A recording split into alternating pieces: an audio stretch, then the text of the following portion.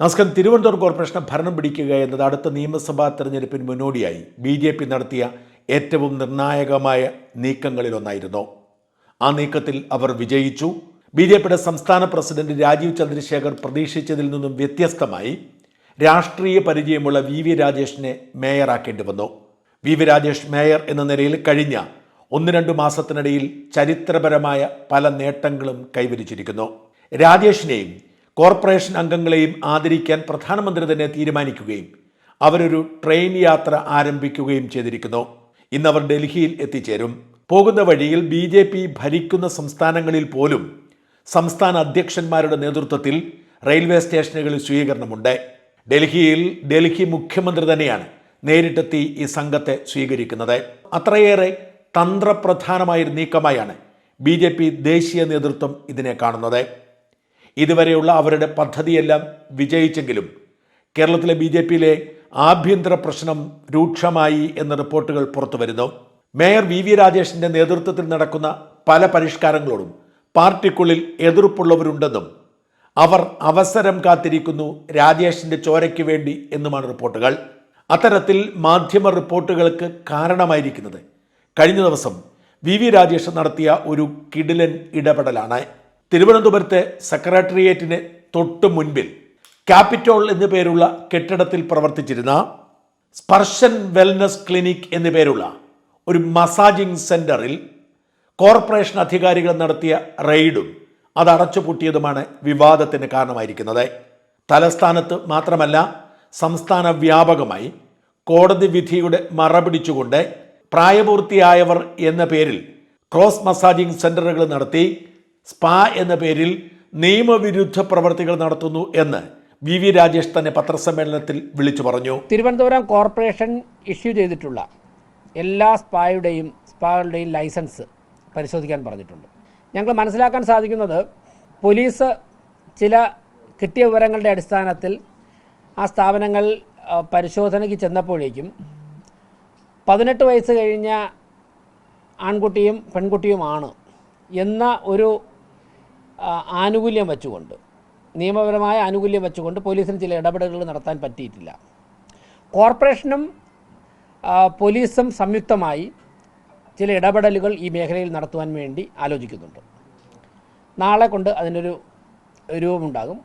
ഉന്നത പോലീസ് ഉദ്യോഗസ്ഥന്മാരുമായി സംസാരിക്കും. അതോടൊപ്പം തന്നെ ക്രോസ് മസാജിങ് വ്യാപകമായി നടക്കുകയാണ്. ഇപ്പോൾ സ്ത്രീകൾ പുരുഷന്മാരെ മസാജ് ചെയ്യാൻ പാടില്ല, തിരിച്ചും പാടില്ല.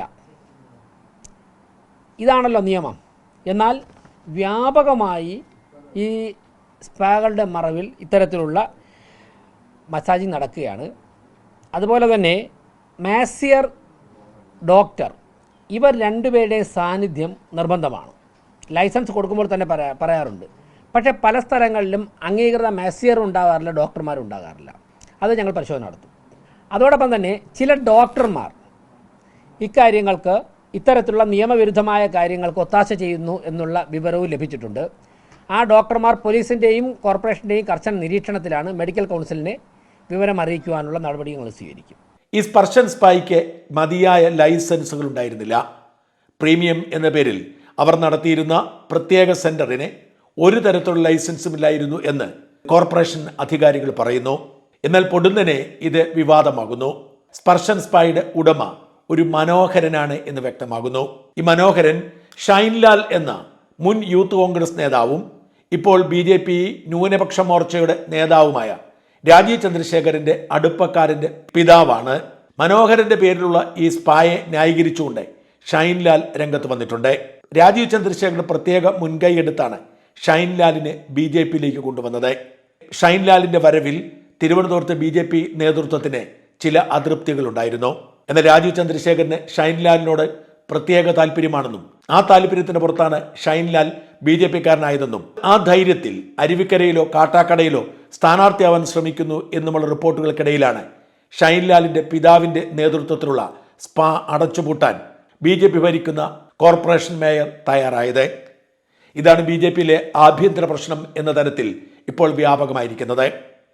BJPയുടെ ഏറ്റവും കടുത്ത വിമർശകനായ മുൻ യുവമോർച്ച നേതാവും വക്താവുമായ സന്ദീപ് വാര്യർ ഇതിന് പിന്നിലെ രാഷ്ട്രീയം വ്യക്തമാക്കിക്കൊണ്ട് ഫേസ്ബുക്കിൽ ഒരു കുറിപ്പിട്ടു. സന്ദീപ് വാര്യർ ഇങ്ങനെ എഴുതി: തിരുവനന്തപുരത്തെ സദാചാര കമ്മിറ്റി മേധാവി കൂടിയായ മേയർ പൂട്ടിച്ചത് BJPയുടെ സംസ്ഥാന നേതാവായ ഷൈൻലാലിൻ്റെ പിതാവിൻ്റെ ഉടമസ്ഥതയിലുള്ള മസാജ് സ്പാ ആണെന്ന് മാധ്യമ വാർത്തകൾ പുറത്തുവരുന്നു. ഈ സ്പാ സെൻ്ററിൽ നടന്നിരുന്നത് സദാചാര വിരുദ്ധ സാംസ്കാരിക വിരുദ്ധ നടപടികളാണെന്നാണ് മേയർ പറയുന്നത്. BJP സംസ്ഥാന പ്രസിഡന്റ് രാജീവ് ചന്ദ്രശേഖരൻ്റെ മനസാക്ഷി സൂക്ഷിപ്പുകാരനാണ് ഷൈൻലാൽ. ഇത് രാജീവ് ചന്ദ്രശേഖരന് രാജേഷ് കൊടുത്ത പണിയാണ്. ആർഷഭാരത സംസ്കാരത്തിനെതിരായി ക്രോസ് മസാജിംഗ് നടത്തിയിരുന്ന മിത്രത്തെ പാർട്ടിയുടെ സംസ്ഥാന നേതാവാക്കിയ രാജീവ് ചന്ദ്രശേഖരൻ മറുപടി പറയേണ്ടി വരും. ഈ നിയമസഭാ തെരഞ്ഞെടുപ്പ് BJPക്ക് ഒട്ടും ഹാപ്പി എൻഡിംഗ് ആയിരിക്കില്ല. BJPക്കെതിരെ ഏറ്റവും ശക്തമായ നിലപാടെടുക്കുന്ന ആൾ ഒരുപക്ഷെ സന്ദീപ് വാര്യരാവാം. ഒരുപക്ഷെ BJPക്കാർക്ക് ഏറ്റവും കലിപ്പും സന്ദീപ് വാര്യരോടാവാം. സന്ദീപ് വാര്യർ ഇത് കുത്തിപ്പൊക്കിയിട്ടത് തന്നെ ഇതൊരു വിവാദമാകാനും BJPക്കുള്ളിൽ ആഭ്യന്തര കലഹം മൂർച്ഛിക്കാനുമാണ്. ഡൽഹിയിലേക്കുള്ള കേരള എക്സ്പ്രസിൽ യാത്ര ചെയ്യുന്ന VV രാജേഷ് ഇതിനോട് പ്രതികരിച്ചിട്ടില്ല. ഒരു വിവാദങ്ങളോടും പ്രതികരിക്കാത്ത രാജീവ് ചന്ദ്രശേഖരും പ്രതികരിക്കാനുള്ള സാധ്യത കുറവാണ്. ഷൈൻലാലിനെ BJP നേതൃത്വം സംരക്ഷിക്കുമോ, ഈ കേസ് തേച്ചു മായ്ച്ചു കളയുമോ എന്നത് മാത്രമാണ് അറിയാനുള്ളത്. ഷൈൻലാൽ പറയുന്നത് നിയമവിരുദ്ധമായി ഒന്നും നടന്നിട്ടില്ല, പരാതിക്കാരി വിളിച്ചു പറഞ്ഞപ്പോൾ മേയർ തെറ്റിദ്ധരിച്ചതാണെന്നാണ്. ഇവിടെ ക്രോസ് മസാജിംഗ് നിയമപരമാണോ എന്ന സംശയം ബാക്കിയാവുന്നു. ക്രോസ് മസാജിംഗ് എന്നത് പണ്ടൊക്കെ സദാചാര വിരുദ്ധ പ്രവൃത്തിയായി വ്യാഖ്യാനിക്കപ്പെടുമായിരുന്നെങ്കിൽ ഇപ്പോൾ പ്രായപൂർത്തിയായവർക്ക് പരസ്പരം ഇഷ്ടമുള്ളത് ചെയ്യാൻ നിയമവിരുദ്ധമായി ഒന്നുമില്ലാത്തതുകൊണ്ട് എങ്ങനെ അത് നിയമവിരുദ്ധമാകും എന്ന ചോദ്യം ബാക്കിയാവുന്നു. കേരള ഹൈക്കോടതി ജഡ്ജിയായിരുന്ന justice VG Arun cross massaging സംബന്ധിച്ച് നടത്തിയ വിധി ഇതിനെ നിയമസാധുത നൽകുന്നു എന്ന് പറയുന്നവരുണ്ട്. ഇത് സംബന്ധിച്ചൊരു ഫേസ്ബുക്ക് പോസ്റ്റ് ഇങ്ങനെയാണ്: രാഹുൽ ഹംബിൾ സനൽ എന്നൊരാൾ ഇങ്ങനെയാണ് ഇതേക്കുറിച്ച് എഴുതിയിരിക്കുന്നത്. തിരുവനന്തപുരത്തെ ക്രോസ് മസാജിംഗ് അനുവദിക്കില്ല എന്നും സ്ത്രീ പുരുഷനെയും പുരുഷൻ സ്ത്രീയെയും മസാജ് ചെയ്യുന്നത് മറ്റൊരു സംസ്കാരത്തിലേക്ക് പോകും എന്നുമാണ് മേയർ VV രാജേഷിൻ്റെ മാധ്യമങ്ങളോടുള്ള പ്രതികരണം. ഇതിൽ എത്രമാത്രം കഴമ്പുണ്ട് എന്ന് നോക്കാം. തദ്ദേശ സ്ഥാപനങ്ങൾ ഇത്തരം മസാജ് സ്ഥാപനങ്ങൾക്ക് ലൈസൻസ് നൽകുമ്പോൾ മേൽപ്പറഞ്ഞ നിബന്ധന വയ്ക്കാറുണ്ടെങ്കിലും സ്ഥാപന ഉടമകൾ കോടതിയിൽ പോയി അനുകൂല വിധികൾ നേടിയ നിരവധി സംഭവങ്ങളുണ്ട്. Shybin V state of Kerala എന്ന കേസിൽ കേരളത്തിലെ മസാജ് സെൻ്ററുകളുടെയും സ്പാകളുടെയും പ്രവർത്തനത്തിൽ വളരെ നിർണായകമായൊരു നിയമരേഖയാണ്. ഈ കേസിലെ ഹൈക്കോടതി വിധി മസാജ് സെൻ്ററുകൾക്ക് വലിയ ആശ്വാസമാണ് നൽകിയത്. ഈ കേസിൻ്റെ പ്രധാന വശങ്ങൾ താഴെ പറയുന്നവയാണ്. ഹർജിക്കാരനായ ഷൈബിൻ ഒരു ആയുർവേദ മസാജ് സെൻ്റർ നടത്തിപ്പുകാരനായിരുന്നു. പോലീസ് നിരന്തരമായി തൻ്റെ സ്ഥാപനത്തിൽ റെയ്ഡ് നടത്തുന്നെന്നും ക്രോസ് മസാജിംഗ് പുരുഷന്മാർക്ക് സ്ത്രീകൾ മസാജ് ചെയ്യുന്നത് നടത്താൻ അനുവദിക്കില്ലെന്നും കാണിച്ച് അദ്ദേഹം കോടതിയെ സമീപിച്ചു. തൻ്റെ ബിസിനസ് തടസ്സമില്ലാതെ നടത്താൻ പോലീസ് സംരക്ഷണം വേണമെന്നായിരുന്നു അദ്ദേഹത്തിൻ്റെ ആവശ്യം. കേസ് പരിഗണിച്ച ഹൈക്കോടതി ജസ്റ്റിസ് VG അരുൺ ഉൾപ്പെട്ട ബെഞ്ച് ചില സുപ്രധാന കാര്യങ്ങൾ വ്യക്തമാക്കി. Cross massaging കുറ്റകരമല്ല. ഇന്ത്യൻ ശിക്ഷാ നിയമം പ്രകാരമോ മറ്റു നിലവിലുള്ള നിയമങ്ങൾ പ്രകാരമോ ക്രോസ് മസാജിംഗ് എന്നത് തനിയെ ഒരു കുറ്റകൃത്യമല്ല. ഒരു മസാജ് സെൻ്ററിൽ അനാശാസ പ്രവർത്തനങ്ങൾ നടക്കുന്നുണ്ടെന്ന് കൃത്യമായി വിവരം ലഭിക്കാതെ അവിടെ റെയ്ഡ് നടത്താനോ ശല്യം ചെയ്യാനോ പോലീസിന് അവകാശമില്ല.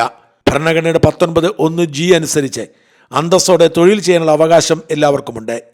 യോഗ്യതയുള്ള സ്റ്റാഫിനെ ഉപയോഗിച്ച് മസാജ് ചെയ്യുന്നത് തടയാൻ കഴിയില്ല. മസാജ് സെൻ്ററുകൾ പ്രവർത്തിക്കുമ്പോൾ പാലിക്കേണ്ട ചില കാര്യങ്ങളും കോടതി ഈ വിധിയിലൂടെ ഓർമ്മിപ്പിച്ചു. മസാജിൻ്റെ മറവിൽ വേശ്യാവൃത്തിയോ മറ്റു നിയമവിരുദ്ധമായ കാര്യങ്ങളോ നടക്കുന്നുണ്ടെങ്കിൽ പോലീസിന് നിയമപരമായ നടപടികൾ സ്വീകരിക്കാം. മസാജ് ചെയ്യുന്ന മുറികളിൽ അകത്തുനിന്ന് പൂട്ടാൻ കഴിയുന്ന കുറ്റികൾ ഉണ്ടാകാൻ പാടില്ല. ഇത് സുതാര്യത ഉറപ്പാക്കാനാണ്. സ്ഥാപനത്തിന് കൃത്യമായ ലൈസൻസും മസാജ് ചെയ്യുന്നവർക്ക് നിശ്ചിത യോഗ്യതാ സർട്ടിഫിക്കറ്റുകളും ഉണ്ടായിരിക്കണം. ഈ വിധി നിലവിലുള്ളതിനാൽ കേവലം സ്ത്രീകൾ പുരുഷന്മാരെ മസാജ് ചെയ്യുന്നു എന്ന ഒറ്റ കാരണത്താൽ പോലീസിന് കേസെടുക്കുന്നതോ സ്ഥാപനം പൂട്ടിക്കുന്നതോ നിയമപരമായി നിലനിൽക്കില്ല. എന്നാൽ അനാശാസം നടക്കുന്നു എന്ന് ബോധ്യപ്പെട്ടാൽ പോലീസിന് ഇമ്മോറൽ ട്രാഫിക് പ്രിവെൻഷൻ ആക്ട് പ്രകാരം ഇടപെടുകയും ചെയ്യാം. ചുരുക്കത്തിൽ ക്രോസ് മസാജിംഗ് ഒരു നിയമവിരുദ്ധ പ്രവൃത്തിയല്ല എന്ന് നിയമപരമായി ഉറപ്പിച്ചത് ഈ വിധിയിലൂടെയാണ്.